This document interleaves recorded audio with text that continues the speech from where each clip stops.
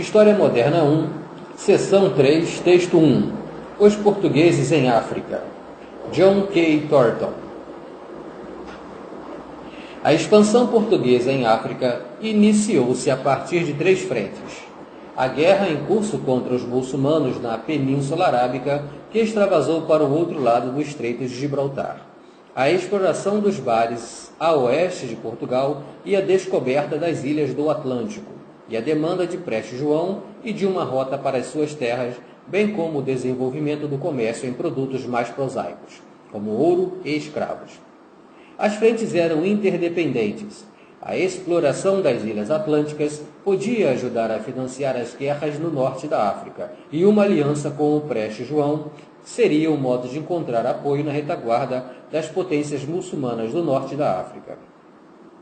O êxito numa frente poderia torná-la temporariamente prioritária em relação às outras. Cronologicamente, a guerra contra os muçulmanos aconteceu primeiro, embora os muçulmanos tivessem sido efetivamente expulsos do futuro território português em 1249. Só com a conquista de Ceuta, em 1415, conseguiu a coroa portuguesa transferir a guerra da Península Ibérica para o solo africano. Os castelhanos já tinham invadido o norte da África, conquistando o Teutão em 1399 e garantindo sua posse durante alguns anos, mas os esforços portugueses em Marrocos foram muito mais sustentados e abrangentes.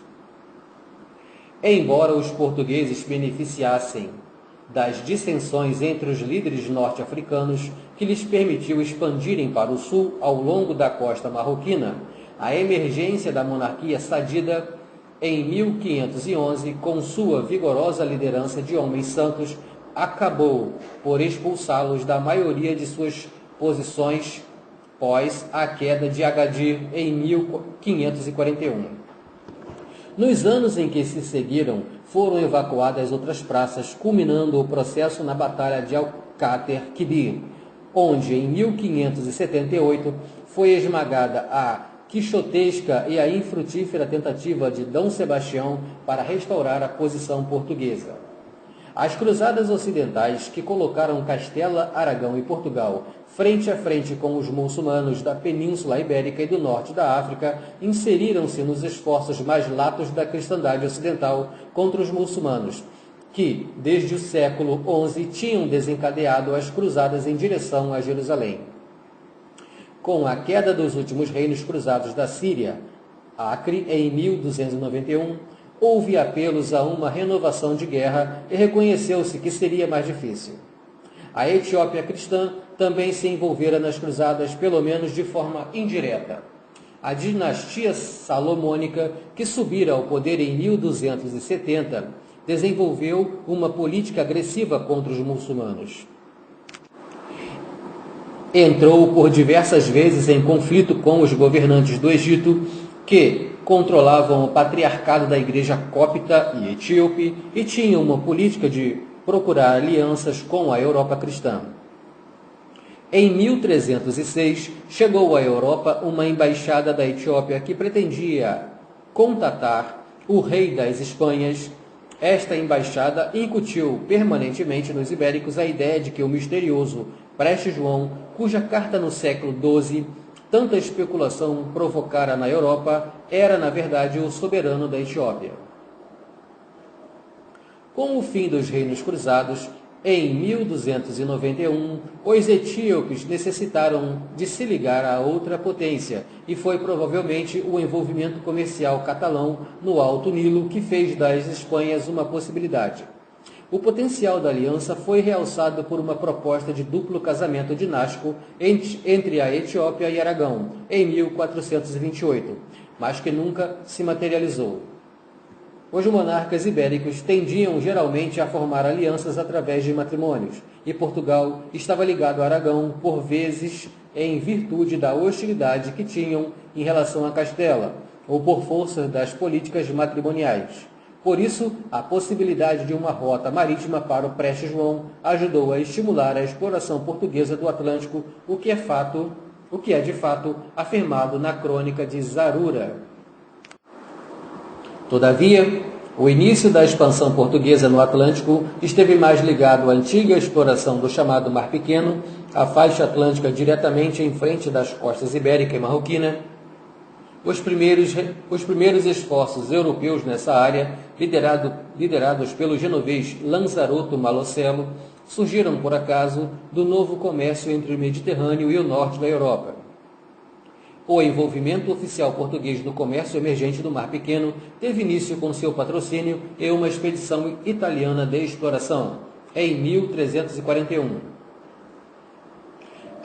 Armada e preparada para realizar incursões ou comerciar, esta expedição visitou as Canárias e outras ilhas, provavelmente a Madeira e possivelmente os Açores, e abriu o precedente para as pretensões portuguesas sobre as Canárias.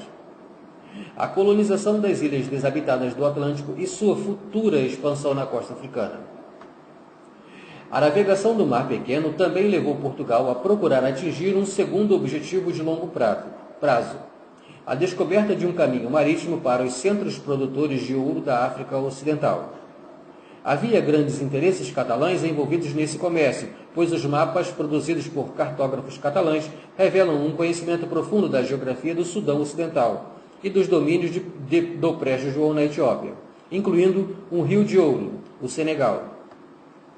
A primeira tentativa para chegar a esta região produtora de ouro por via marítima também foi catalã, a malograda expedição de Jaume Ferrer em 1346. Foi esta expedição para o Atlântico que congregou as outras frentes na costa africana. O sonho de uma aliança com a Etiópia ou a derrota final dos muçulmanos na Andaluzia ou em Marrocos estavam ligados e limitados pelas difíceis condições subjacentes a estas guerras desde o século XI. Ideias radicais de flanquear os muçulmanos a oeste ou a este tiveram de esperar pela prosaica evolução da arte de navegar. As operações militares portuguesas em Marrocos e nas Canárias e a colonização das ilhas mais longínquas no século XV levaram os navios portugueses ao Mar Pequeno e em grande número. Mais navios, mais conhecimentos e o avanço crucial foi a descoberta daquilo que os navegadores chamaram de pequena roda. Um sistema de correntes que liga a costa africana às ilhas europeias. A costa africana às ilhas atlânticas e o continente europeu. A pequena roda permitiu aos navios europeus ultrapassar as maiores dificuldades náuticas que os impediam de visitar a África. Em 1434, Gil Eanes capitaneou o primeiro navio português a dobrar o Cabo Bojador e regressar. Era, obviamente, possível uma viagem de ida e volta a pontos mais distantes da costa africana, incluindo o comércio com o Rio do Ouro dos cartógrafos catalães. Os navios portugueses que começaram a visitar as águas da África Ocidental em 1444 levaram consigo uma tradição de incursões e comércio nascida de sua guerra no norte de África e a vida comercial e militar do Mar Pequeno nos séculos XIV e XV. Os navios iam fortemente armados e dispostos a atacar quaisquer gentes desprevenidas que pudessem encontrar, mas se a resistência fosse demasiada, também estavam preparados para comerciar. Os primeiros visitantes das Canárias encontraram os habitantes desprevenidos e atacaram-os.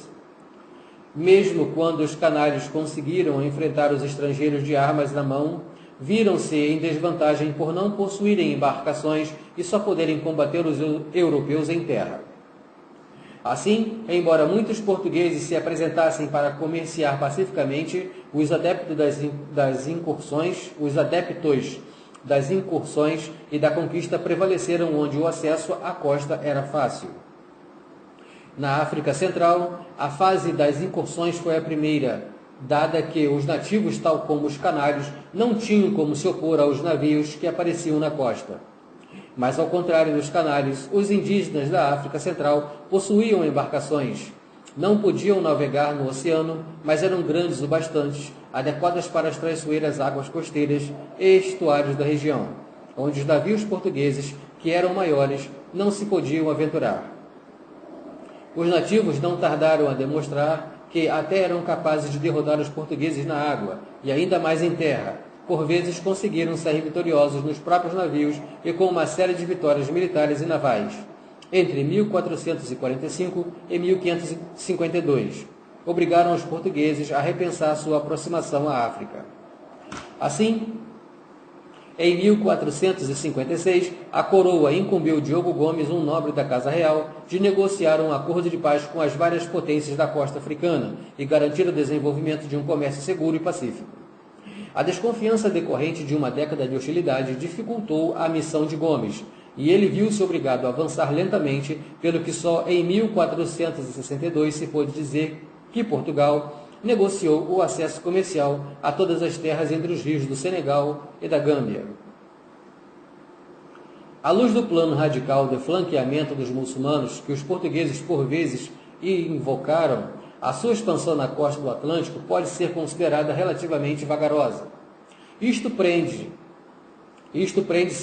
com o fato de, independentemente dos eventuais desejos da coroa portuguesa, estas expedições não serem financeiramente prudentes.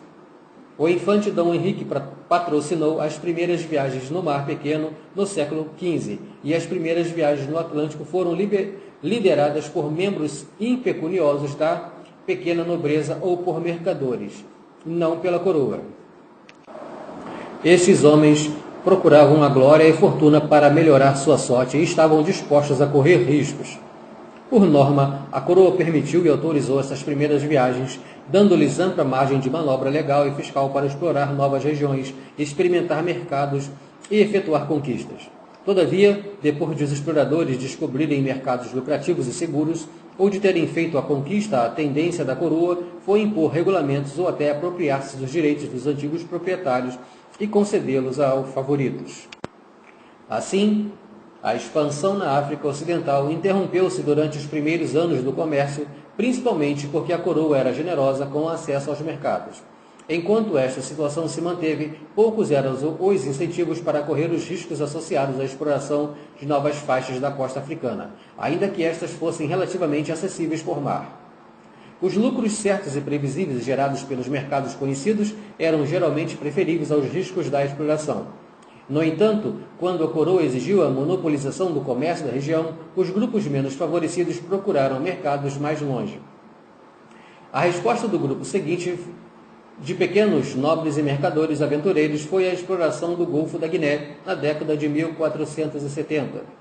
Levou à descoberta das rotas marítimas para os campos auríferos muito mais ricos do atual Ghana, ao contato com o reino de Benin e a localização como bases potenciais das ilhas desabitadas do Golfo da Guiné, São Tomé, Príncipe e Ano Bom. Ao mesmo tempo, a coroa interveio cedo e de modo enérgico quando os pioneiros descobriram na costa do atual Ghana mercados onde era possível comprar ouro em quantidade. Em 1482, Diogo de Azambuja foi enviado para construir o Forte de São Jorge da Mina, cuja função era proteger as exportações de ouro e impedir as incursões de outros europeus atraídos pelo ouro. Nesse mesmo ano, e pela primeira vez, a coroa portuguesa decidiu investir em explorações mais especulativas que responderiam às preocupações mais antigas e estratégias de guerra como o Islão. Baseando-se nos conselhos dos primeiros visitantes de Benin e associada erroneamente à Cruz de Cristo aos emblemas em forma de cruz usados pelos emissários do reino vizinho de Ogané, provavelmente o reino de Igala, ao Benin, os conselheiros régios concluíram, após a consulta da geografia de Ptolomeu, revista pelas recentes viagens, que as terras de Preste João ficavam muito próximas do Benin. Assim sendo, Diogo Cão recebeu ordens para explorar esta rota e foi equipado às expensas da coroa. Contudo, o primeiro envolvimento da coroa na exploração foi uma desilusão. Em vez de prosseguir para leste, para a Etiópia, como tinham imaginado os cartógrafos da corte, a costa virou abruptamente para o sul, nos Camarões, continuando neste sentido durante 4.000 quilômetros. Os navios de Diogo Cão chegaram ao que se pensou ser talvez o fim do continente, mas a viagem revelou uma geografia radicalmente diferente. As viagens exploratórias seguintes, lideradas por Diogo Cão e Bartolomeu Dias, em 1488, reafirmaram esta geografia e confirmaram que o continente africano terminava efetivamente no Cabo da Boa Esperança. Dado não ser provável que se descobrisse facilmente o caminho marítimo para a Índia, a coroa começou a procurar por o Preste João por terra. Mesmo antes de Bartolomeu Dias ter regressado de sua viagem em 1847, Está errado aqui, né? 1487. Está grafado 1847. Pero de Covilhã foi enviado, disfarçado pelo Mediterrâneo, até o Egito com o objetivo de aprender o máximo possível sobre as Índias, incluindo informações sobre o Preste João. Pero de Covilhã e Afonso de Paiva viajaram até o Egito, após o que Pero de Covilhã atravessou a Arábia e chegou a Calicut, na Índia, onde reuniu pormenores substanciais acerca do comércio de especiarias do Oceano Índico, do comércio de ouro da África Oriental. Afirmou ter visitado o empório exportador de ouro de Sofala e na costa de Moçambique, e sobre a geografia geral da Ásia e da África Oriental. É até possível que tenha conseguido comunicar todas estas informações a Portugal e é sabido que enviou cartas para a metrópole. Mas quando soube que seu companheiro não chegara à Etiópia, partiu naquela direção, chegando finalmente à corte de Negros. Todavia, não conseguiu informar Portugal sobre este contato. Não foi autorizado a partir. Por isso, uma eventual aliança luso-etíope teve de esperar pela concretização da ligação atlântica. As viagens de Diogo Cão, apesar de desanimadoras relativamente ligadas à de Portugal com a Etiópia por via marítima, tiveram o mérito de pôr Portugal em contato com o poderoso reino centro-africano do Congo. O Congo revelou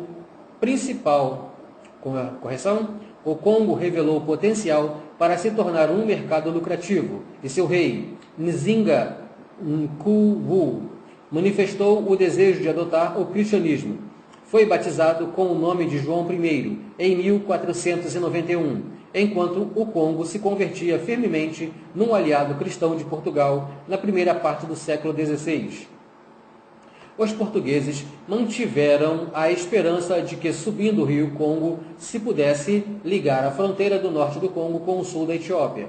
De fato, mapas tão tardios como de Pigafetta em 1591 persistiam nesse tom optimista, mostrando, pelo menos durante mais um século, as duas potências cristãs muito próximas uma da outra. A relação de Portugal com os reinos com que entrou em contato em África no período que se seguiu às missões de Diogo Gomes de Senegâmbia foi determinada pelas suas experiências anteriores na costa africana. Portugal não tentou conquistar nem atacar as posições costeiras, privilegiando sempre a via diplomática. Contudo, em simultâneo, os portugueses descobriram que alguns dos instrumentos militares europeus no fim da Idade Média podiam ser úteis em África. Não que Portugal tivesse, pelo menos na África Atlântica, uma superioridade militar que lhe permitisse vencer batalhas. Os senegâmbios tinham demonstrado que isso era possível. O que os portugueses aprenderam foi que poderiam alistar-se como mercenários especializados nos exércitos africanos e assim obter riquezas e vantagens comerciais que por si só não conseguiriam. Mas esta ideia do serviço mercenário não era de fácil aplicação. Em 1488, Bemoim, um pretendente descontente ao trono Uolof, no que é hoje o Senegal, apelou à ajuda militar de Portugal, que enviou uma missão para o colocar no trono. Porém, a missão fracassou. Bemoim e o chefe da expedição desentenderam-se e Bemoim foi morto. No Congo, a estratégia mercenária funcionou melhor porque foi mais limitada. Em 1491, forças armadas portuguesas cooperaram com as do Congo para esmagar uma rebelião numa das províncias do reino, situada ao longo do rio Congo. A localização dos rebeldes possibilitou que os marinheiros portugueses apoiassem o ataque a partir do rio, com o recurso a bombadas e as armaduras e as armas perfurantes dos portugueses, como bestas e arcabuzes, revelaram-se úteis para as iniciativas bélicas do reino Congo. seguiram-se outras missões militares, em 1509 e em 1512, utilizadas de forma diversas pelos reis do Congo. O rei Afonso Mvemba Anzinga, em 1509 e 1542, soberano cristão do Congo, cumulou estes soldados de favores consideráveis, concedendo-lhes vantagens comerciais e oferecendo-lhes receitas e partes dos desposos de guerra. Algum tempo depois, Portugal desenvolveu relações similares com o Reino de Benin, na atual Nigéria. Embora os detalhes sejam menos conhecidos e talvez tivessem menos apoio oficial, havia mercenários portugueses nos exércitos de Benin, no princípio do século XVI, e em 1516, o rei do Benin tinha em uso exclusivamente uma bombarda portuguesa capturada. Relações ainda mais nebulosas e menos formais foram mantidas noutras partes da costa africana, como em Serra Leoa, onde relatos de meados do século XVI mencionaram mercenários portugueses não dependentes da coroa, frequentemente artilheiros ao serviço de vários chefes africanos, sem dúvida a tronco de concessões comerciais e receitas. Por último, o forte de Elmina funcionava como outra base para as atividades militares portuguesas. A principal missão do forte era comércio de ouro, e o fato do seu papel mais significativo na política africana, pelo menos no início do século XVI, foi de mediação das disputas e guerras locais que interrompiam o fluxo do ouro. Todavia, a coroa portuguesa temia que o forte não conseguisse impedir outros europeus de comerciarem na costa. A coroa procurou cada vez mais obter o auxílio dos muitos governantes dos pequenos estados do litoral para expulsar os comerciantes estrangeiros, embora poucos chefes indígenas estivessem interessados em dar este apoio sem contrapartidas. No entanto, os portugueses conseguiram fornecer soldados aos governantes africanos ambiciosos e juntos procuraram exercer uma hegemonia comercial na área. Estas tentativas fizeram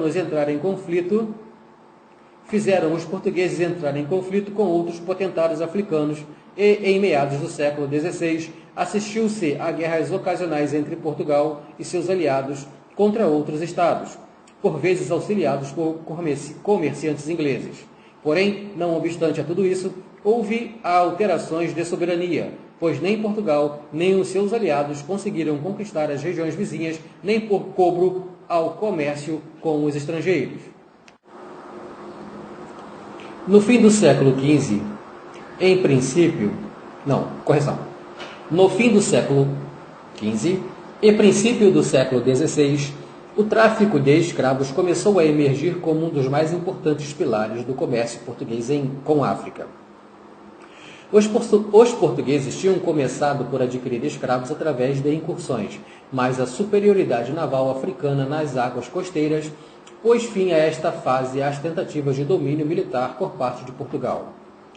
Na década de 1640, a partir de então, os escravos passaram a ser quase exclusivamente adquiridos a vendedores africanos. É irônico que durante o período das incursões, o número de pessoas importadas de África por Portugal se tenha cifrado em apenas algumas centenas, maioritariamente pescadores e camponeses pobres que viviam na costa da Senegâmbia. Mas depois de se estabelecer o comércio pacífico, o número de escravos importados disparou, atingindo aproximadamente 5.000 por ano e no princípio do século XVI, e sempre a aumentar. 5.000 por ano no princípio do século XVI, e sempre a aumentar. O fornecimento de escravos possibilitou a Portugal adquirir a mão de obra necessária para povoar as ilhas dos arquipélagos de Cabo Verde e São Tomé, e permitiu até a sua exportação para a metrópole, para a Espanha, para as possessões espanholas nas Canárias e depois, a partir de 1502, para os domínios espanhóis no Novo Mundo. Os escravos africanos de São Tomé convertiam a pequena ilha no mais importante produtor de açúcar para a Europa. Os escravos africanos de São Tomé converteriam a pequena ilha no mais importante produtor de açúcar açúcar para a Europa durante alguns anos em meados do século XVI e fariam a colônia espanhola parecer uma Nova Guiné aos olhos do visitante italiano Girolamo Benzoni, em 1545. Por vezes, os portugueses adquiriam escravos comprando-os a intermediários ou a autoridades estatais autóctones, e era frequente esta gente ter sido capturada noutro ponto qualquer de África. No entanto, quando os estados africanos empregavam soldados portugueses como mercenários, os escravos poderiam ter sido capturados diretamente pelos europeus. Assim, terá sido no Benin na década de 1520, e foi o que aconteceu certamente no Congo, onde exércitos luso-congoleses participaram em guerras e fizeram centenas de cativos, muitos dos quais foram depois entregues aos portugueses à guisa de pagamento. O desenvolvimento do comércio com o Congo e outras partes do Golfo da Guiné, as primeiras atividades mercenárias e os princípios da colonização de São Tomé proporcionaram aos mercadores e à corte portuguesas opções de menor risco, pelo qual, durante algum tempo, adiaram a exploração das descobertas de Diogo Cão e Bartolomeu Dias sobre a geografia de África e possibilidade de um caminho marítimo para o Oceano Índico.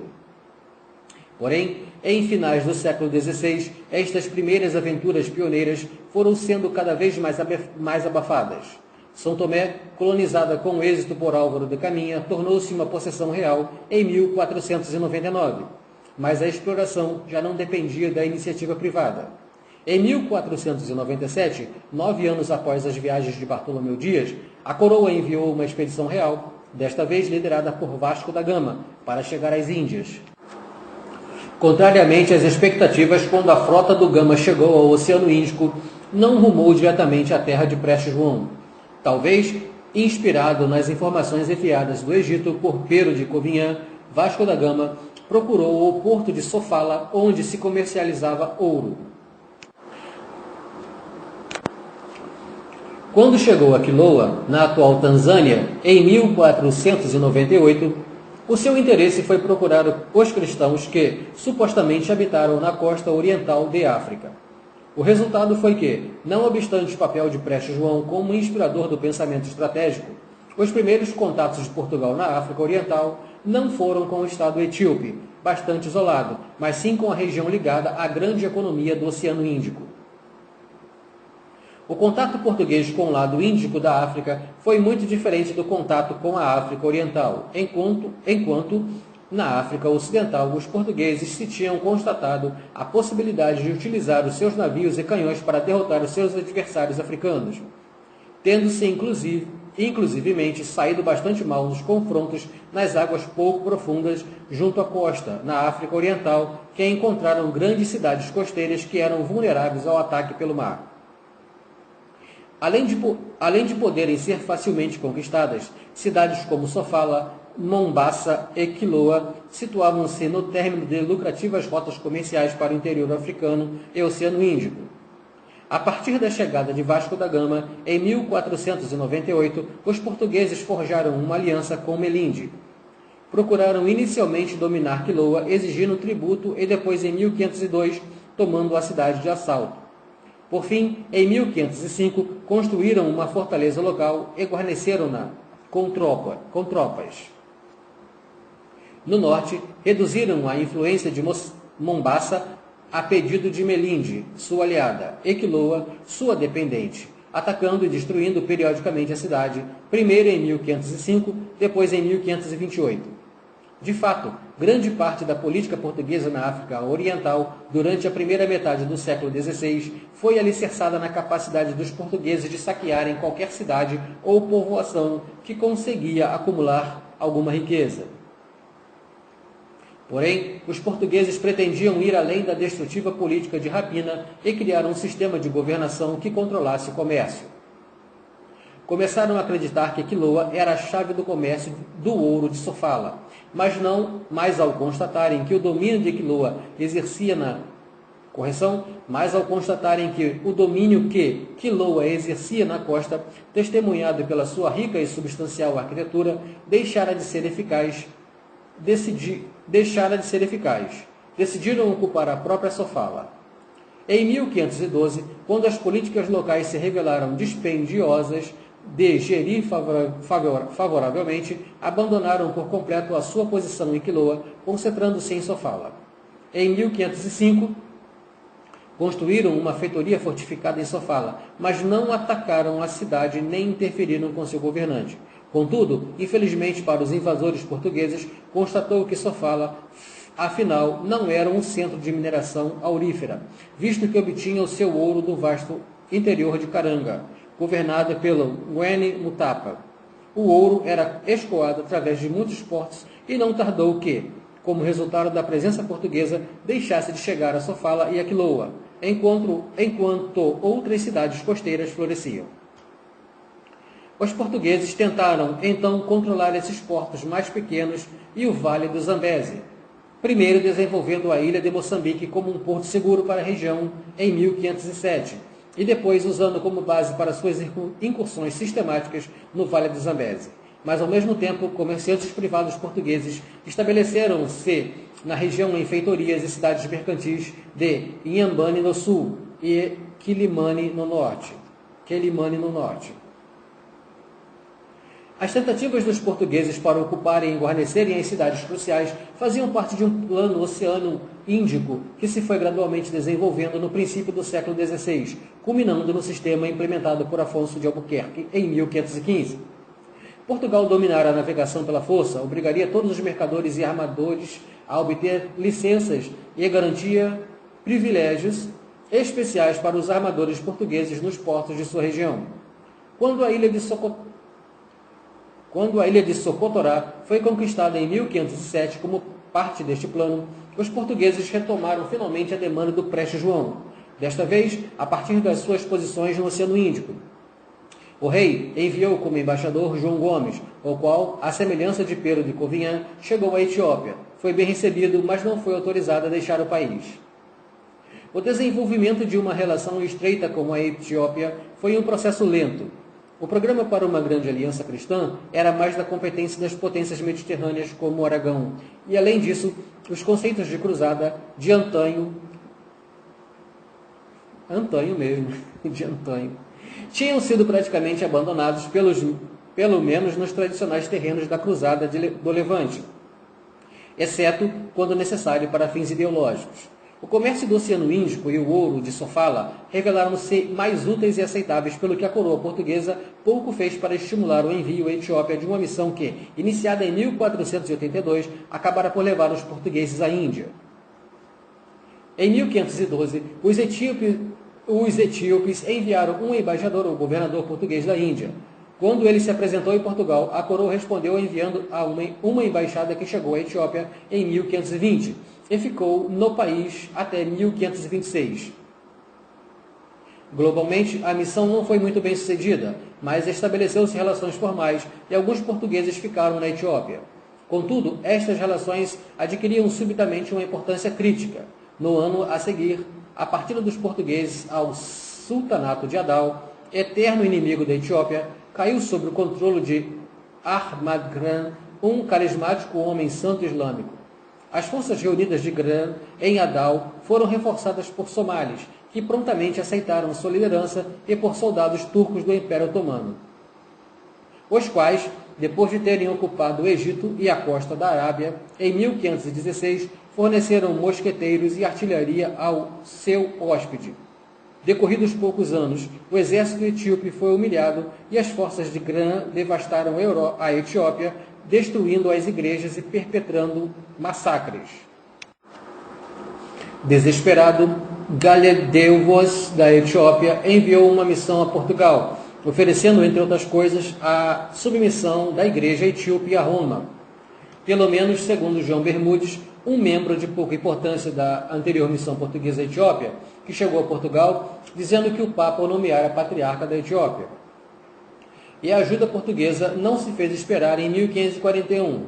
Uma força expedicionária comandada por Cristóvão da Gama chegou à costa etíope do Mar Vermelho.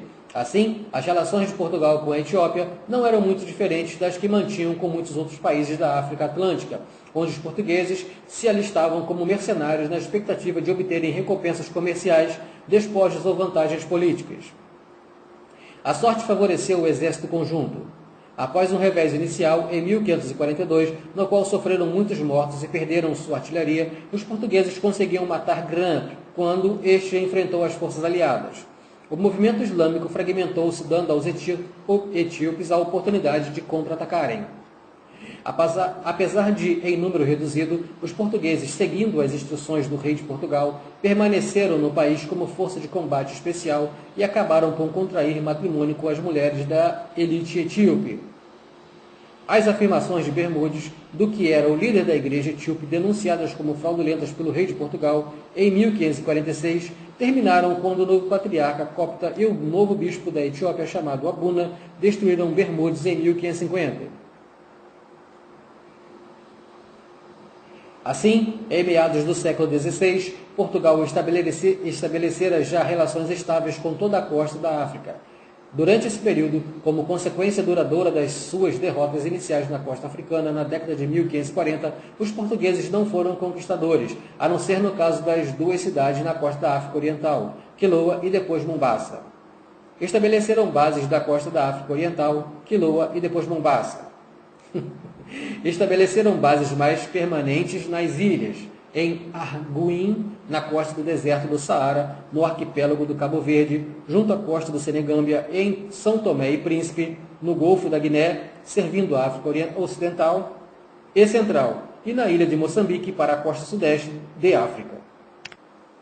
Havia feitorias régias, prosperando com maior ou menor grau de tolerância por parte dos governantes africanos, perto da foz do Senegal, em redor dos rios da Guiné, na atual Guiné-Bissau, em El Mina, na Costa do Ouro, por vezes no Benin, em Mpinda, no Congo, com o beneplácito da coroa, mercenários portugueses trabalhavam ao serviço dos reis da Etiópia e do Congo. Contudo, fora da zona de presença oficial, existia uma grande região onde muitos portugueses atuavam a título privado, como mercadores, colonos ou mercenários. Todos mantinham relações estreitas com as autoridades africanas, mais estreitas do que as mantidas pelas feitorias e missões oficialmente sancionadas. A lealdade política da maioria desses indivíduos era ambígua e praticamente todos eram hostis às políticas fiscais portuguesas e à noção do controle pela coroa. Durante todo o processo de expansão, a coroa jogou um cuidadoso jogo de gato e rato relativamente aos impostos e ao controle. Por um lado, encorajou a expansão através da concessão dos benefícios fiscais e de autoridades a indivíduos pioneiros e empreendedores, na sua maioria da baixa aristocracia, mas incluindo um número respeitável de indivíduos não pertencentes à nobreza ou estrangeiros frequentemente não nobres, como os flamengos e em especial os italianos. Por outro lado, desaparecidos os riscos associados à exploração, ao desenvolvimento dos mercados e à obtenção de favores políticos, a coroa pretendeu apertar o seu controle, cobrar mais impostos e conceder autoridade aos seus próprios agentes, geralmente oriundos dos estratos sociais mais elevados. Nas regiões onde a coroa tinha pleno controle, como as ilhas da costa africana, este processo foi bastante simples. Um pioneiro, de origem relativamente humilde, corria os riscos e iniciava o povoamento. Por exemplo, o italiano Antonio de Noli, em Cabo Verde, ou o português Álvaro de Caminha, em São Tomé. Mas depois de a colonização estar consolidada, as concessões originais eram contestadas devido a problemas relacionados com heranças, porque o controle político exercido pelos concessionários era fraco ou em resposta às pressões exercidas pelos poderes locais. E esta contestação acabava por levar a coroa a intervir e administrar diretamente o território, nomeando capitães ou governadores para o efeito, capitães ou governadores para o efeito. Os capitães, indigitados por um curto período de tempo, eram muitas vezes membros da aristocracia e em busca de um cargo que lhes permitisse um dia regressar a Portugal mais ricos. Nas regiões onde o controle da coroa era menor, a história foi diferente tecnicamente. Onde existia uma feitoria e uma missão, a coroa também nomeava uma autoridade, geralmente com o título de capitão, por vezes governador, sobre toda a comunidade portuguesa, cujas atividades deviam ser controladas e cujas obrigações fiscais deviam ser cumpridas. Nas missões militares, como as do Congo ou da Etiópia, havia um capitão dos portugueses que coordenava as atividades militares e cobrava impostos sobre quaisquer dividendos sobre os soldados que pudessem obter. Fora dessas regiões, existiam lugares na costa africana, como a Serra Leoa, por exemplo, ou o litoral do sudoeste africano, onde havia portugueses instalados sem autorização nem orientação fiscal. Na Guiné e na Serra Leoa, estes indivíduos eram frequentemente designados por lançados na África Central, os que se tinham estabelecido fora da missão oficial ao Congo, especialmente nas terras de seu rival. O reino de Ndongo chamavam-se pombeiros. No sudoeste africano existia toda uma série de colonatos acidentais povoados por sobreviventes de naufrágios na perigosa costa de Natal. Na maior parte dessas regiões, os portugueses residentes eram mercadores, mas também conseguiam de vez em quando, vendendo as suas competências, guindar-se aos cargos no seio dos estados africanos, quiçá fazer fortuna com o tráfico de escravos ou através de ligações, frequentemente por casamento, a outros autóctones poderosos.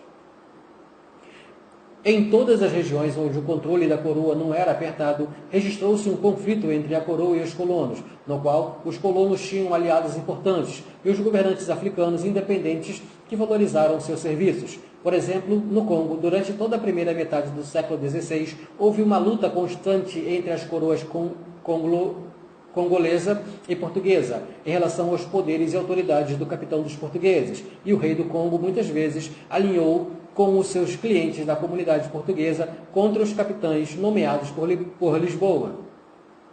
Em 1553, essa luta chegou a um ponto em que Lisboa teve que ceder. O rei do Congo nomeou o capitão dos portugueses. Do mesmo modo, na Etiópia, o comando da missão militar foi fortemente contestado quando o comandante inicial foi morto em combate. Em 1542, a questão veio ao de cima durante uma disputa sobre a bandeira que os soldados deveriam arvorar a partir para o combate. A portuguesa ou a etíope? Como seria de esperar, a disputa foi ganha pelos etíopes e pelos portugueses que apoiaram o soldado mulato Aires Diniz. Noutras regiões, Lisboa tinha poucas perspectivas de exercer o seu controle sobre os portugueses. Porque os portugueses residentes nunca tinham vivido sob o comando de um líder português e, dada a ausência de uma missão oficial na região, nunca viveriam. Obviamente, a coroa procurou sempre assumir o controle dessas comunidades. A política que regiu a maior parte das atividades portuguesas no período que se seguiu. Embora o grau que a coroa estava disposta a gastar o seu tesouro,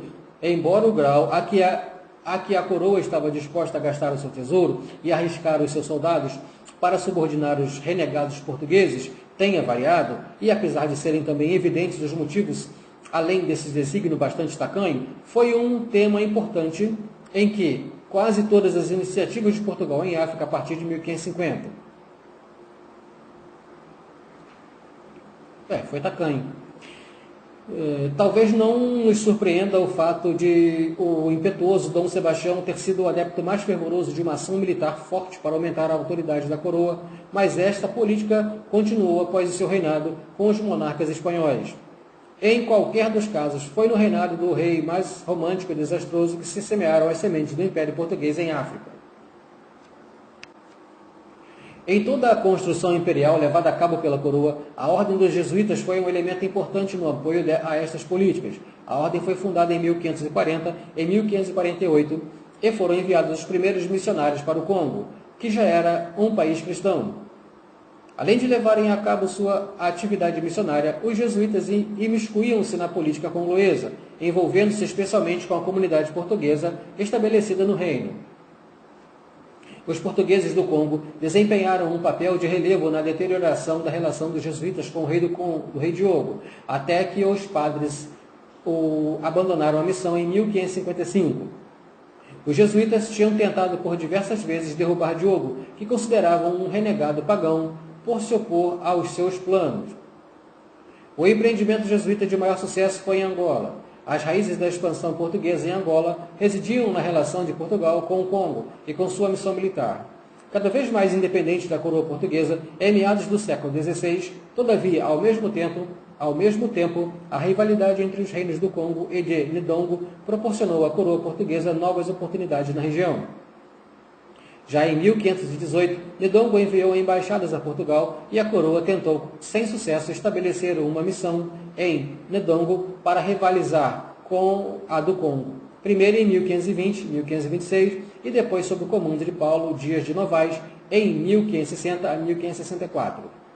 A primeira tentativa falhou devido ao escasso apoio congolês, embora o rei Afonso do Congo estivesse disposto a aceitar o seu serviço. Os portugueses de Ndongo, a segunda fracassou provavelmente devido à hostilidade da influente colônia portuguesa de Ndongo, que acreditava que o estabelecimento de uma relação formal entre Portugal e Ndongo seria prejudicial para o seu estatuto no reino. A segunda missão também foi acompanhada por um jesuíta que permaneceu em Ndongo como semi-prisioneiro quando Novaes se veio embora em 1564.